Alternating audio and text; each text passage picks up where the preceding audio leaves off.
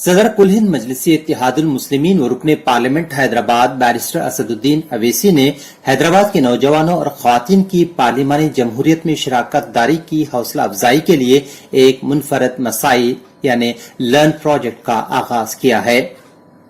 اس طرح انہوں نے 2019 کے لوک سبھا انتخابات کے ایجنڈے کو ایک نئی جہت عطا کی ہے۔ ہندوستان کی آبادی میں 25 سال کی عمر سے کم 50% اور 35 سال کی عمر سے کم افراد کی تعداد 65% ہے۔ بیرسٹر اسد الدین اویسی پارلیمانی سیاست میں نوجوانوں کے زیادہ سے زیادہ حصہ لینے کی پرزور وکالت کرتے رہے ہیں۔ اس بات پر مزید زور دیا ہے کہ گزشتہ پارلیمانی سیشن میں رکن پارلیمنٹ حیدرآباد نے لوک سبھا اور اسمبلی انتخابات کے لیے مقابلہ کرنے کی عمر کو 20 سال تک گھٹا دینے کی تجویز پر مشتمل خانگی رکن بل پیش کیا تھا۔ رکن پارلیمنٹ کے قریبی ذرائع نے بتایا کہ لرن پروجیکٹ نوجوانوں کے لیے پلیٹ فارم فراہم کرنے کی اور ایک اگلا قدم ہے۔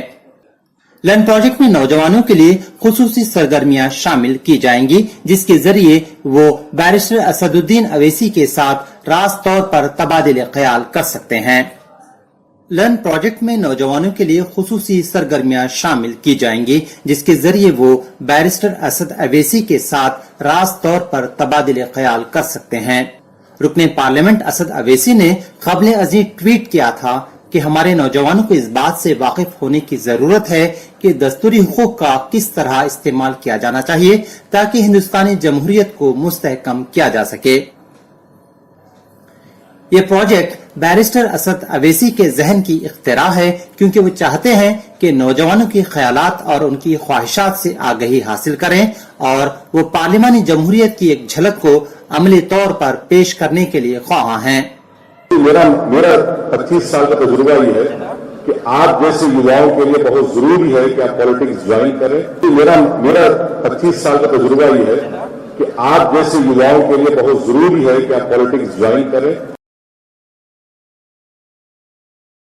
حیدرآباد میں مقیم کالج کا کوئی بھی طالب علم http://learnproject.in پر رجسٹریشن کے ذریعے اس پروجیکٹ میں حصہ لے سکتا ہے۔